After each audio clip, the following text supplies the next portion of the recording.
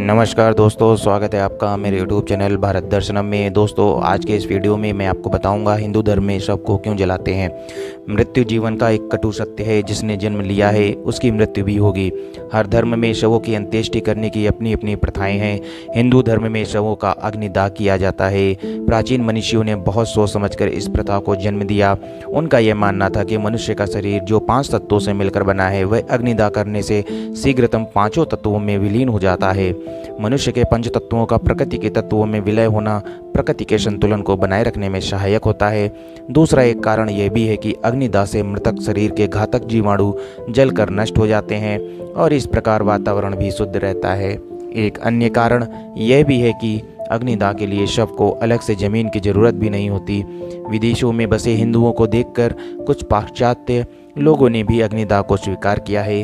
भारत में अन्य धर्मों के अनुयायियों में भी अब यह प्रथा देखी जा रही है।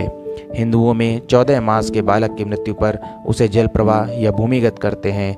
भारत में भी सिंधु सभ्यता के दौरान शवों को भूमिगत ही करते थे, पर बाद में अग्निदाह किया जाने लगा।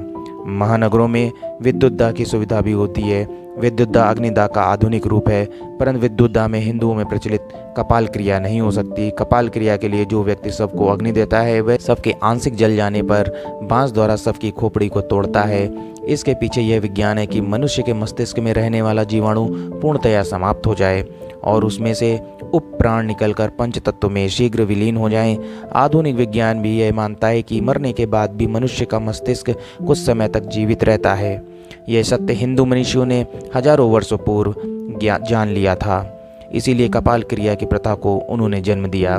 खेद है, धर्म की यह बारीकी शमशान घाट पर क्रियाकर्म करने वाले आचार्य भी इसका पालन करना भूलते ही जा रहे हैं, जिसके परिणाम स्वरूप हम इन सब बातों को व्यर्थ की बातें मानते हैं, क्योंकि हम इन सब बातों के पीछे के विज्ञान से अनभिज्ञ हैं। जीवन की अंतिम यात्रा से जुड़ी कुछ और सनातन बातें भी ध्यान देने योग्य हैं। पहले समय में जब यह लगने लगता था कि अब मरने वाला अधिक समय और जीवित नहीं रहेगा, तो यह प्रथा थी कि उस व्यक्ति को चारपाई से उतारकर जमीन पर लिटा देते थे, जिसके पीछे यह विज्ञान था कि जमीन पर उतार देने से बीमार के प्राण आसानी से निकल जाते हैं, क्योंकि जमीन प्राण शक्ति को अपने में शीघ्र प्रवाहित करती है। चारपाई के पाए क्योंकि उन दिनों लकड़ी के होते थे, इसलिए प्राण निकलने में कठिनाई होती थी, क्योंकि लकड़ी से विद्युत प्राण भी एक प्रकार की विद्युत होती है, प्रवाहित नहीं होती, जबकि जमीन से एकदम हो जाती है। इसी कारण बीमार को जमीन पर उतार लेते थे। शव यात्रा के दौरान हिंदू शव को शांत या मौन रहकर शमशान नहीं ले जाते, अपितु उस अवसर पर समाज के लोगों को संदेश देते हैं कि सिवाय राम नाम के इस मिथ्या संसार में कुछ और सत्य नहीं है। इसलिए शव यात्रा में श्री राम नाम सत्य है, ऐसा कहा जाता है। सनातन धर्म इस प्रकार मृत्यु में भी जीवन को संदेश देता है। तो दोस्तों, अगर आपको मेरी ये जानकारी ज्ञानवर्धक लगी हो तो मेरे चैनल को लाइक, शेयर और सब्सक्राइब करना ना भूलें। धन्यवाद।